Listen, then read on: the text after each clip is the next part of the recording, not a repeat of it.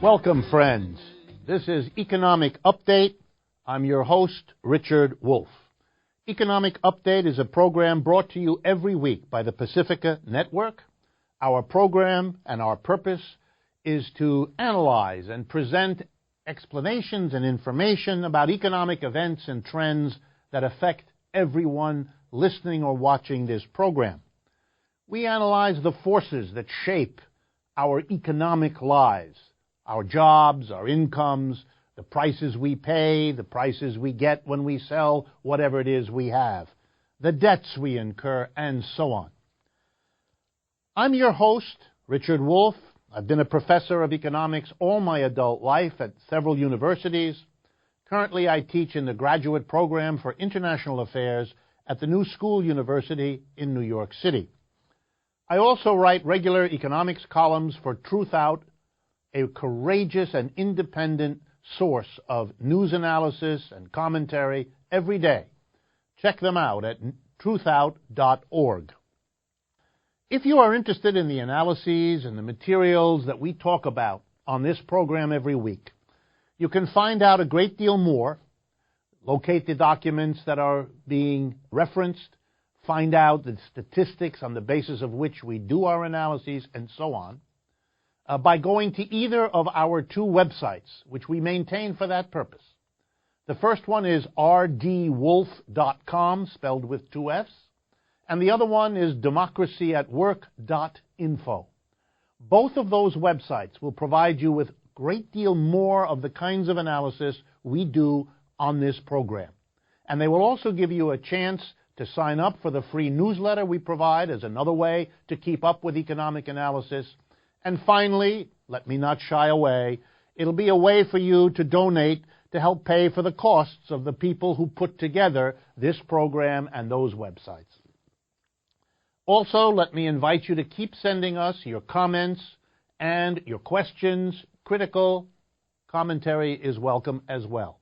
You can do that, again, through either of those two websites. So I'm going to give you their addresses again, so that it's a way for you to let us know what you would like us to talk about, questions you would like us to answer. We do not have the time to answer all of them, obviously, because you're quite generous with what you send us, but it does help us to shape the program, and in that way to keep a relationship between us on the one hand and you, the people for whom these programs are made, on the other. So again, you can reach me and our program either through rdwolff.com with two F's or democracyatwork.info. And both of those will welcome your interest. By the way, this current week, as you hear this program, will also be a chance for you, if you are interested, to tune in your local area to whatever television stations carry the quite well-known Bill Moyers interview series. Because this week, Bill Moyers is running again the interview he did with me earlier this year. And if you're interested, you will see there an exploration at greater length of the kinds of issues we do here with a master interviewer who knows how to ask probing questions and how to lead a guest like me in ways I think you will find interesting and useful. Turning to the updates for today, let us focus first on a remarkable story that I wanted to bring to you. This has to do with the Disney Corporation, and I thought you'd be interested in what the Disney Corporation announced this last week. They are raising the prices at Disneyland and at Disney World, their famous theme parks in California and in Florida. And I thought you'd be interested in how and why they're doing that and by how much. Before I go into that briefly, I wanted to quote to you a recent comment on Disney's theme parks and their profitability by the Morgan Stanley Company, a major New York bank, the Morgan Stanley Company analyst Benjamin Swinburne, who said recently that there have been growing attendances at the theme parks and that those are good news for investors, he says, because it helped alleviate, this is a quote from Mr. Swinburne, helped alleviate investor skepticism about the company's ability to increase profit margins at its parks. Please keep in mind that the analyst at Morgan Stanley applauds the Disney company for getting more people to go there because that improved its profitability and satisfied investors. Given that the investors are satisfied and that greater attendance is very profitable for Disney, then you might wonder about the announcement last week of the increase in prices. Here they are. First, let's take a look. Yesterday, this is a news broadcast from the Bloomberg service. Yesterday, Disney raised the price for single-day and annual tickets. They now cost $92, which is an increase at Disneyland of 5.7% from last year. And the parking lot cost, if you park your car there, which most people have to do, is another $16. So let's put it together. 92 plus 16, $108 for a day for your car and one person. If you take more, well, you get the picture. And the increase in the ticket price is 5.7%. The increase in the parking fee, 6.7%. Wow. This is at a time when the average increase in prices in this country is hovering around 1.5% to 2%, maybe 2.5%. In other words, Disney is not only making more money by bringing more people in, but it is charging more money on top of that and charging way more than prices in general are going up. And lest you think this is high, I learned something. The annual price of a ticket, an annual ticket, lets you go in at any time during the year. Ready is really extraordinary, I thought. $979, an increase from last year of 15.3%. Wow. Disney is making the money, raking in the people, and jacking up the prices. And this is done to double up their profit gains from what the attendance increase alone would have done for them. Why do I bring this up? Well, not only is there a big company making lots of money, but let's remember what the consequence is of raising your prices to get even bigger profit increases than the increased attendance would make for you.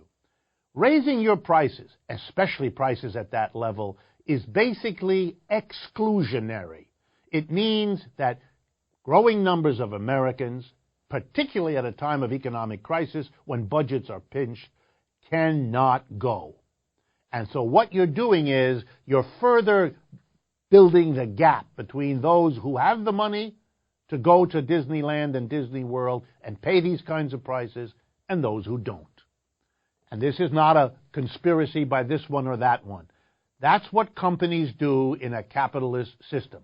To please their investors, they try to get more people to come and to get more money out of each of them. And Disney is doing it up brown and making a lot of money in the process. And while other people and smaller businesses in America are having a time of difficulty in a crisis, not so a monster like Disney. Second item for today, Portugal, a country I admire, among other reasons, because of the courage of its people. There are two major unions in Portugal. One of them represents about 750,000 workers, and the other one about 500,000 workers. Those are the two big union confederations in Portugal. And they have just announced a strike, a general strike, at the end of the month of June. They're going to cooperate in this strike, and I wanted to mention what the strike is about.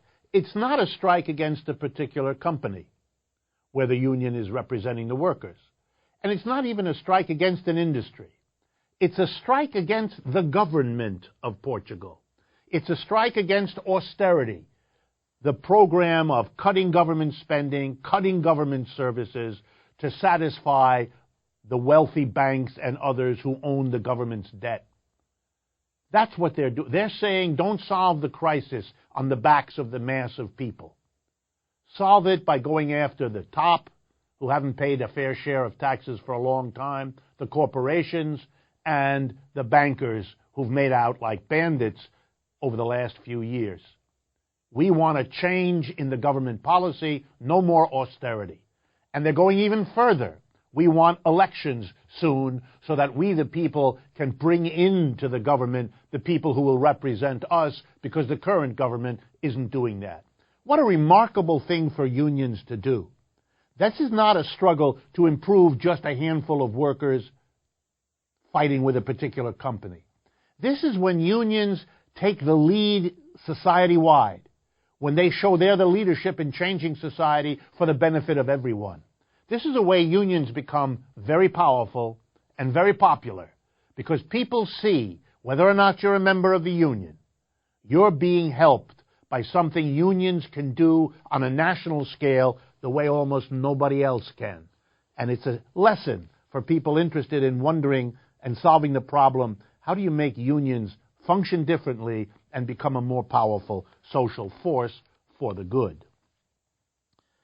The next update has to do with an announcement last week that a Chinese company is going to be buying the American corporation Smithfield Foods. Now, Smithfield Foods is the largest producer of pork products. That's right. Hot dogs, bacon, you name it. Pork products in the United States. Smithfield Food, originally famous for the southern hams that they prepared, but became a giant in the pork business. Biggest producer of pork products in America, is about to become a Chinese company. It's important to understand how that was made possible. And the answer is, the company buying was itself partly put together and owned by the Goldman Sachs Corporation here in the United States, which also acted as part of the partnership, mainly Chinese, but with the help of Goldman Sachs, that arranged for this purchase to be made. It's an important lesson in understanding that the growing influence of China in the world is managed by, coordinated with, and enormously profitable to American banks, not to speak of the wonderful deal for Smithfield Food in selling out at a price higher than their stocks were selling for on the stock market. So they made a lot of money. Goldman Sachs made a lot of money. That was necessary for the Chinese to move forward. So whatever you think about China's growing role in the economy, it is important to understand that the United States and big business in America is involved in that process, making money for themselves at every step of the way. I want to also mention in the updates for today the remarkable behavior of some of the poorest paid workers here in the United States. I've reported to you in the first half of this year remarkable activities at Walmart stores around the country. Walmart has been notoriously anti-union and successful up until now in preventing its very low-paid workers from enjoying the benefits of union representation, union contracts, and so on. And workers at Walmart are finally showing action and initiative around the country. And they've been joined in recent months by low-wage retail fast food outlet workers. You know, the Starbucks and the McDonald's and the Burger King and all the rest of it. And the most recent events in the last few weeks took place in Seattle, Washington. And I wanted to mention something to you to get a sense of the importance. First of all, Seattle, a large city, but far from the largest in America, has over 33,000 people working in the retail food low-income category. They average around $9.50 an hour. I did the math. If you work 40 hours a week at $9.50 and you work 52 weeks in a year, no vacation, you still earn less than the poverty income in the United States, roughly $19,700. That's a rough income to earn for 100% work. And so I want to congratulate these workers on having the courage to say, my goodness, we don't want to work under these conditions. We can't take care of ourselves. We can't take care of our families. We're working ourselves literally to death. And I wanted to mention that because there are 33,000 of them, and because they've been able to walk out of several places at the same time, in other words, they're organized, they have been able to get some interesting support. And the one I want to mention most is the mayor of Seattle, who's gone out of his way to support these job actions, to support these strike-type actions, and to support the workers in their demands, which to have their basic wage go from $9.50 an hour to $15 an hour. Still doesn't make you comfortable, let alone rich, but it at least allows you to live a decent life. So my hat's off to workers and the mayor who can see the rightness of this position, the long overdue nature of these changes, and can move in that way. Next update, and I'm taking a little more time because so many things happened this last week that I'm going to eat into the time for our analysis of major issues to do a couple more of these shorter ones. General David H. Petraeus, the head of the Great Surge, it was called, that was supposed to win the war, actually in both countries, in Iraq and in Afghanistan. We've had surges in both of them, and who got himself into terrible trouble because an interview that he did led to some sexual activity with the interviewee, and he had to step down from his prestigious job at the top of our government's apparatus. He announced this last week that he's joining the KKR, or Kohlberg, Kravis, and Roberts firm, one of the biggest private equity corporations in the world. They have a KKR Global Institute. He's going to become a major player in that. He's going to be developing a strategy for them. They are a huge, like an investment bank that brings together huge deals, buyouts of one company by another, etc. Their assets in 2011, I looked it up, was $40 billion. So we're talking a mammoth corporation. And I mention it only because I want to underscore the kind of open door that connects the military on the one hand and big business on the other. If you see them working together, don't be surprised. The same people move back and forth within those two institutions. And none illustrates that better than Mr. Petraeus. The last update we have time for today has to do with recent statistics prepared by the Federal Reserve and based on something called the Survey of Consumer Finances, a very famous document regularly issued by the Federal Reserve and available at their website.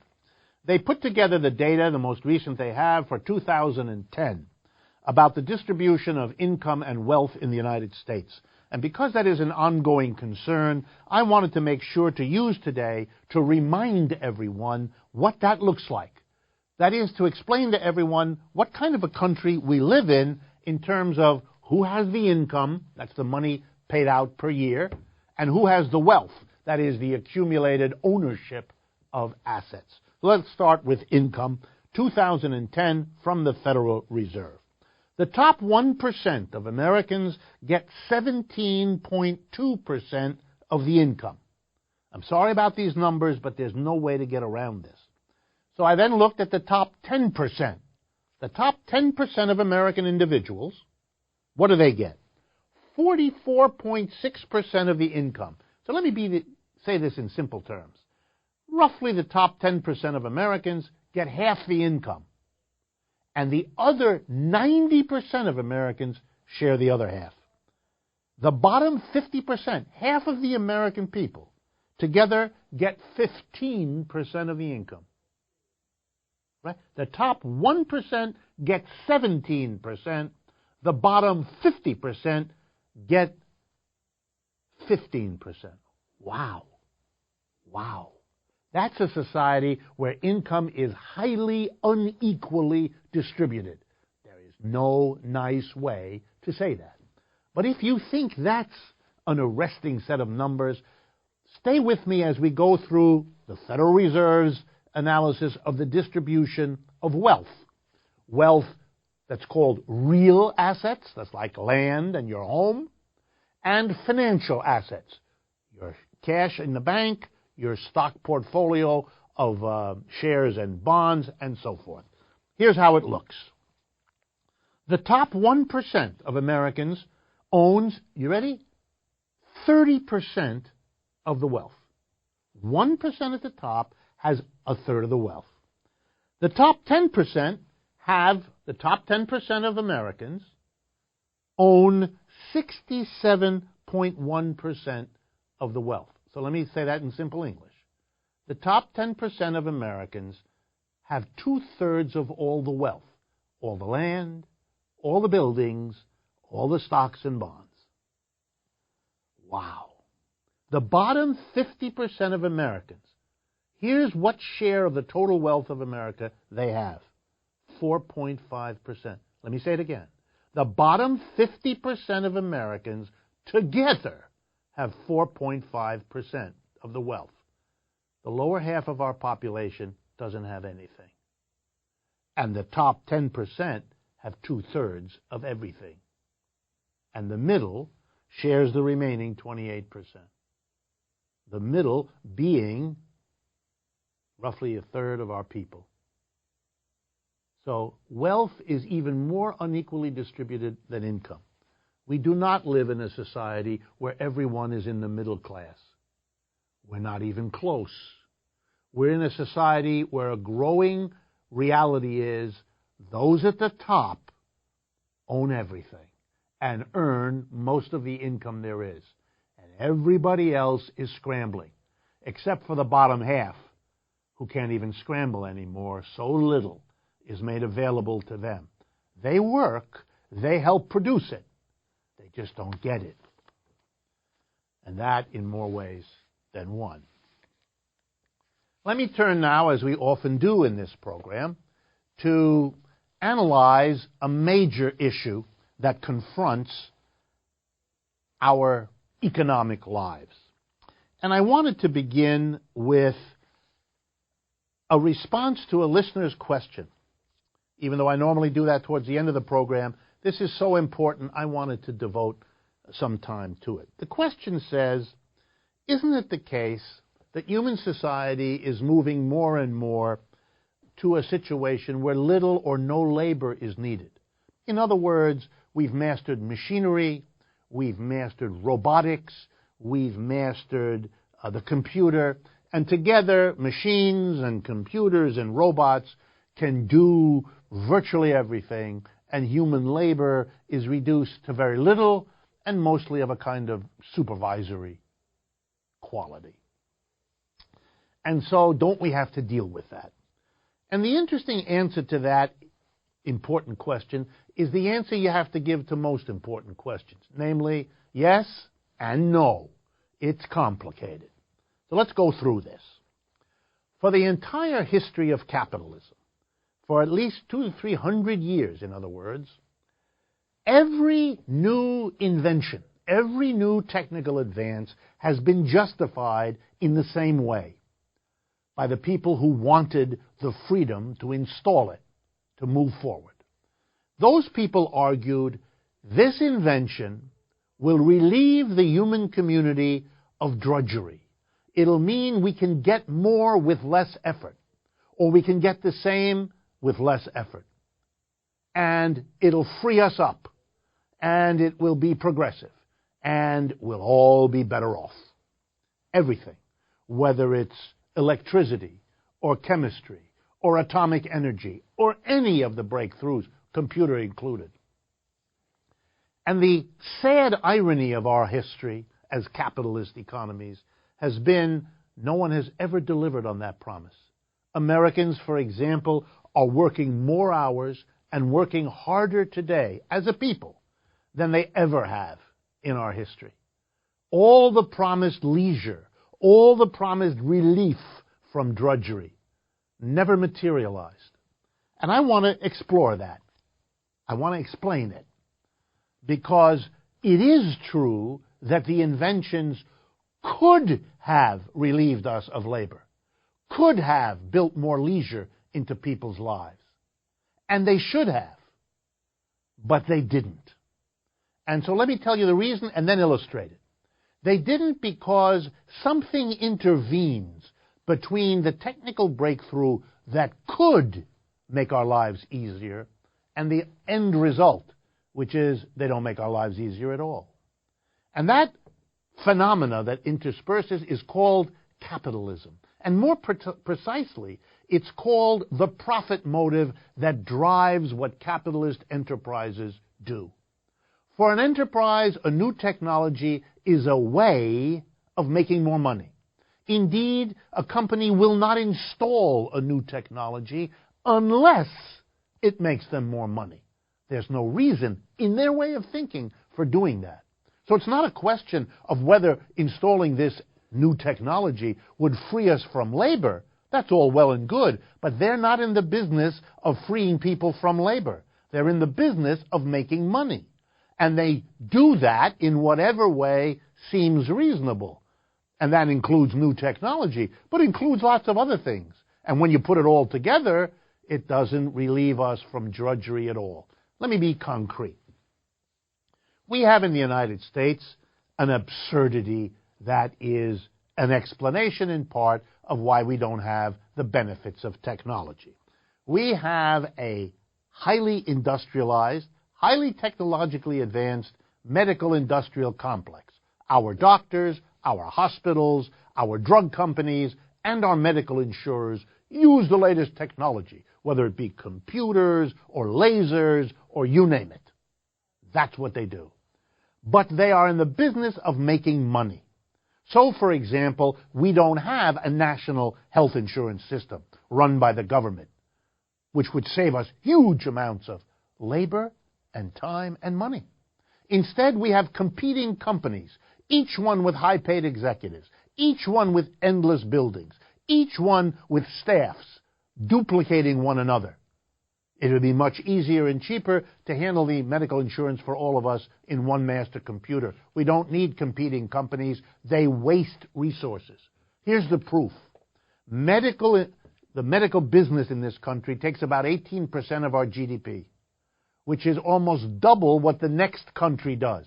Every other advanced industrial country saves huge amounts of money, mostly on personnel. Every doctor doesn't need 6 assistants to navigate the craziness of our insurance system.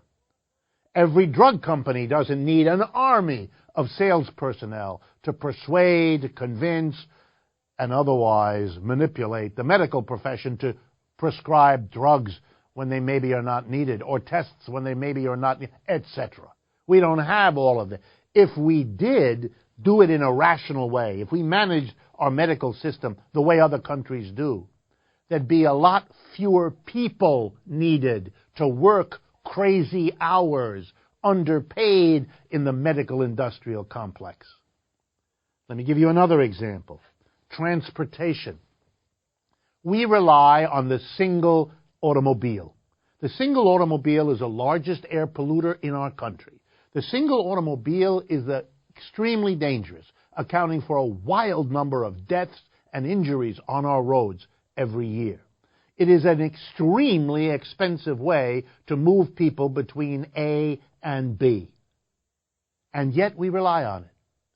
If we had a really good mass transportation system, buses, vans, jitneys, trains, you name it, and fleets of rent-a-cars at the edges of every city so that people who wanted a car could get one when they needed it, so that many, many fewer cars would be needed than those that are mostly sitting in the garage. If we rationalized our transportation system, we would save millions of wasted resources in dollars and millions of jobs. You wouldn't need so many people working to produce cars. You wouldn't need so many people working to maintain cars. You wouldn't need so many people to garage the car. You get the picture. We waste labor there. We keep armies of people working when we shouldn't, and we don't need to. Next example, housing. We house our people in single-family houses. That is the most expensive way to live. Much cheaper to live in a complex, a co-op, a condominium, a garden apartment, whatever it is. And we ought to think about the savings in labor, the time we wouldn't need to work if we built housing in the rational way that indeed most people prefer. We know that because people are leaving the suburbs of the United States, single-family units, and moving into the cities of the United States, apartment houses. Hint, hint, hint. More examples. There's a movement in America for local production. Instead of having goods produced far away, have them produced locally. Not just food, but clothing, and so on. Why is that smart? Because it saves an immense amount of labor shipping stuff from far away to here. More labor we wouldn't have to do. More drudgery we could do without. Not to speak of all the other benefits. I'm going to continue the list of labor saving we could achieve, but we don't achieve because it isn't profitable for the companies involved.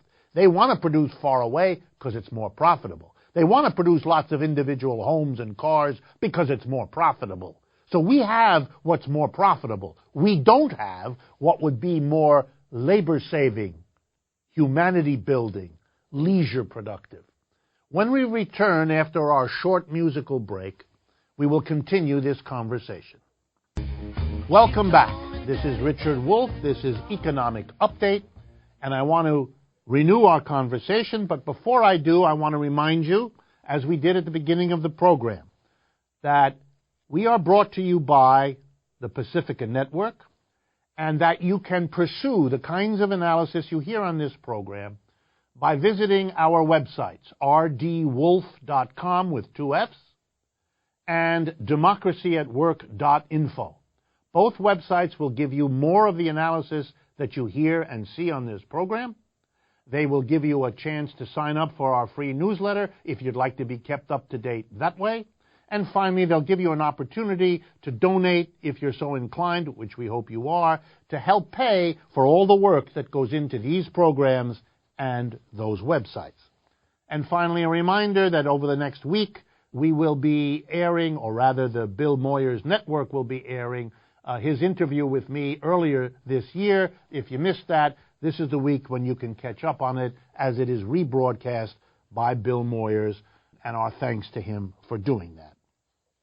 I was talking before the break about the ways in which a profit-driven capitalist system fails to bring the benefits of new technology to us. And I wanted to give you a few more examples before summarizing.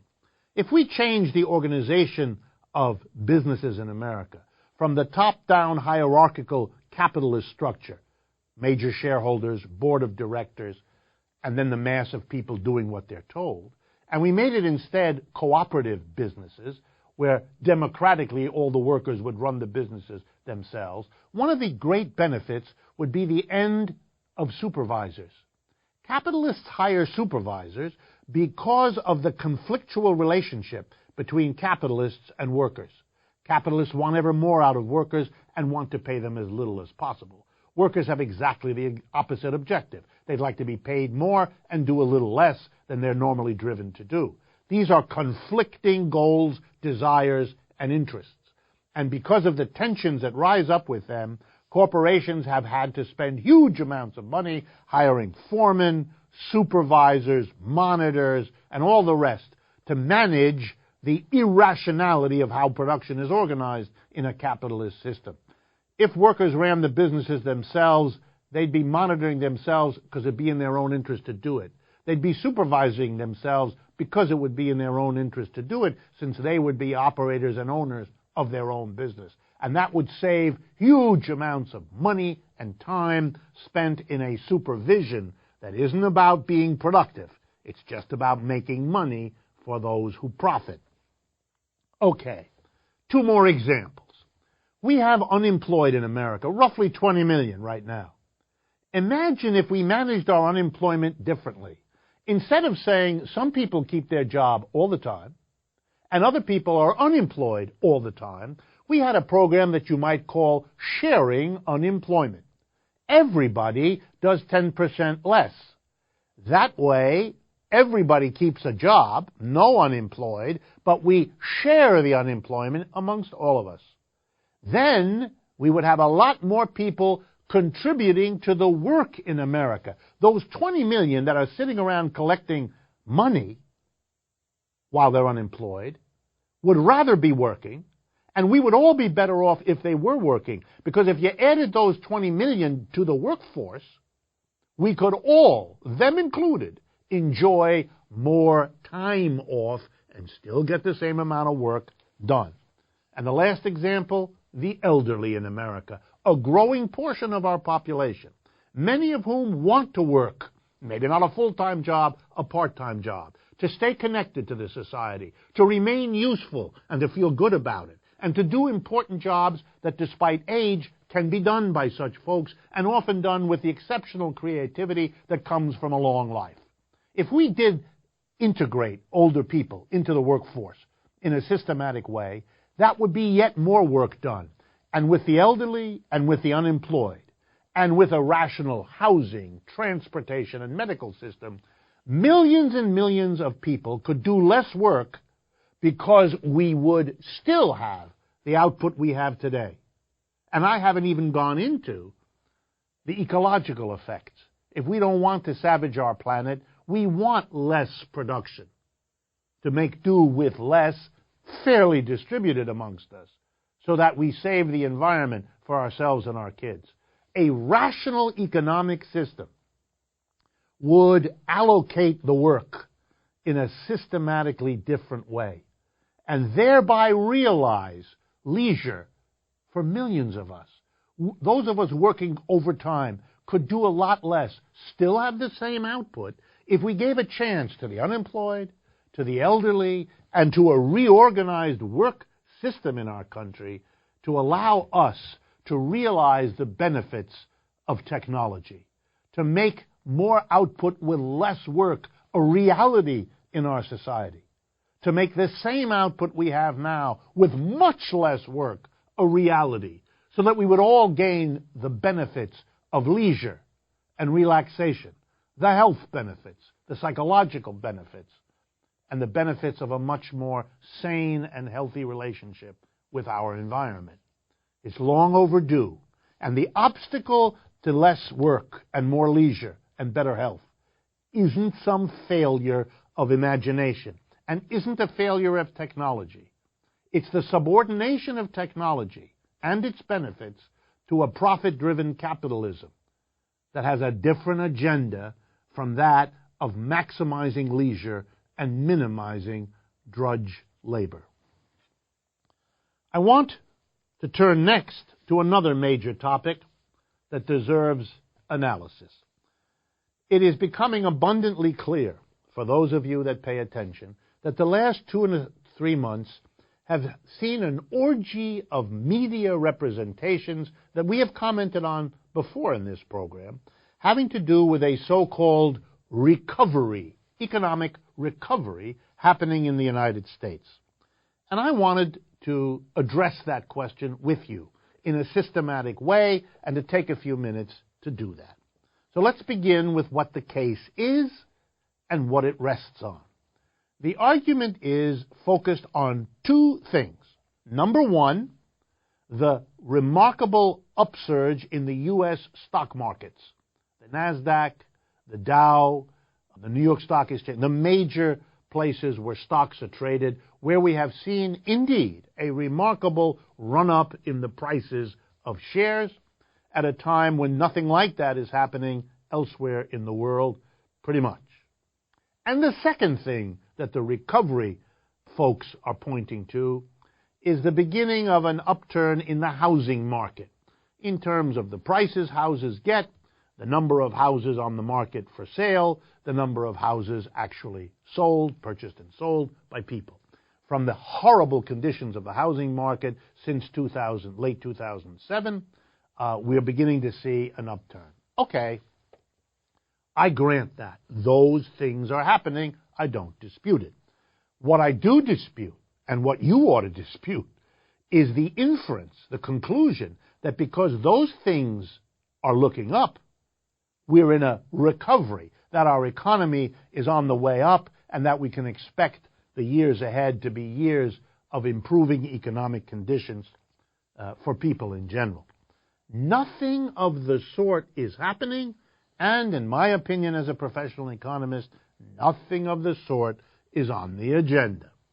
Let me explain. First, we have recovered 1/2 of the increase in unemployment across this crisis, from roughly 5% before it hit to 10% in 2009 and 10. We're now at about 7.5%, or halfway back to where we were. And where we were at 5% was nothing to boast about either. That's millions of Americans without work. So there's no recovery. We're not even halfway back to where we were. But the news is actually much worse than that. We have recovered halfway, but what we've recovered is jobs. If you ask the question, what kind of jobs, oh boy, are you in for some troubling news. Systematically, and by the way, last week, the International Labor Organization released a report documenting this for many countries, including the United States. We have had a systematic erosion, elimination of high-paying jobs, and the substitution of much lower-paying jobs for millions of our people.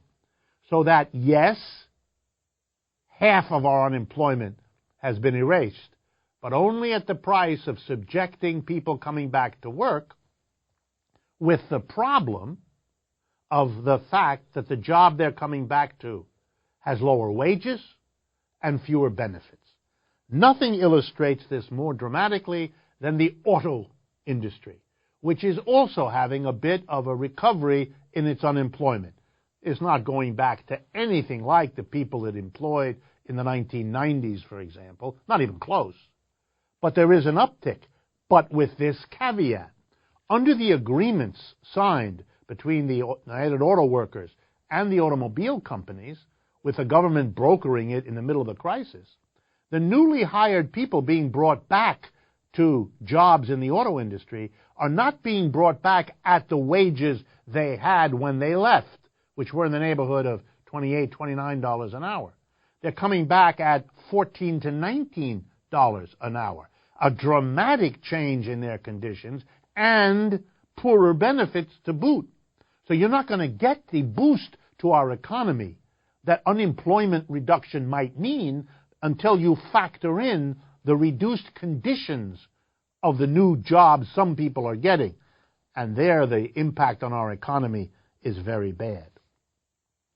Second, by shifting the wealth in the way I described earlier in this program, more and more to richer and richer people who don't spend a large portion of what they earn because they're rich. They save it.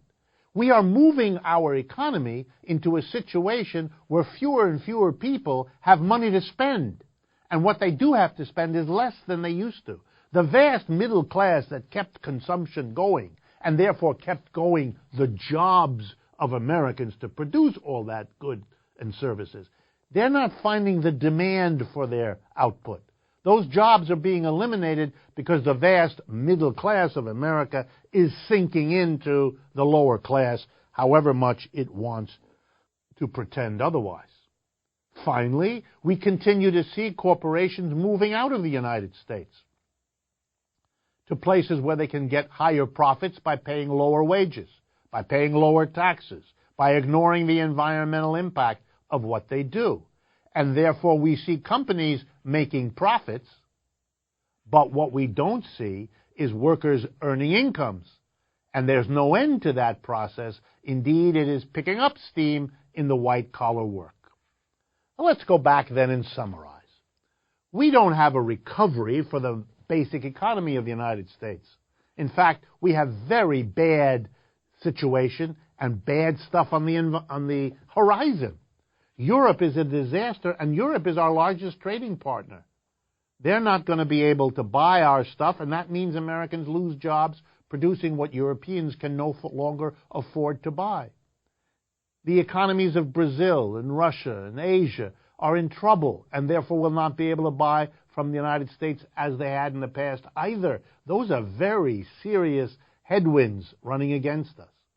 The Federal Reserve, which has been pumping money like there's no tomorrow into the American economy, money that ends up being used to bid up the prices of stocks, which is why we have a stock market increase. The money being poured in by all governments, European, Japanese, American, ends up coming to the United States where stocks are rising because they aren't anywhere else. But money that comes in under those circumstances is also money that will disappear under the reverse circumstances, when economic growth picks up there and slows down here. It's good for stocks. It's good for the few Americans who have significant amounts of stocks. But those are the richest who save much of their money. You see the problem. We have an economic system that isn't working for the majority of Americans. Capitalism isn't working. It doesn't deliver the goods. What it does deliver is harder and harder times for a larger and larger majority of the people. If we weren't fearful as a nation, we would long ago have begun to debate the basic question: can the United States, or indeed any capitalist country, afford not to question its economic system when it performs so poorly? We have to face that reality. And like a medical diagnosis of a problem, the longer we don't debate capitalism, the longer we don't, as nations, assess the strengths and the weaknesses and explore alternatives to capitalism, the harder it will be to deal with this problem. It isn't going away. All the talk about recovery cannot cover up the reality that most people face, young and old, poor and middle, American, non-American. The problem is global. The problem is to do with an economic system that has global dimensions. As we always do towards the end of the program, I respond to questions and comments that have been sent in. And today I wanted to talk about one that has interested many of you. This has to do with a phenomena called anarchism. And I deal with it even though you might think of it as a political idea, and we are in a program about economics, because it actually has to do with economics in many ways. What is anarchism? Who are anarchists? What's that all about? Well, first of all, anarchism is an old idea. It's been around for centuries. It's not new.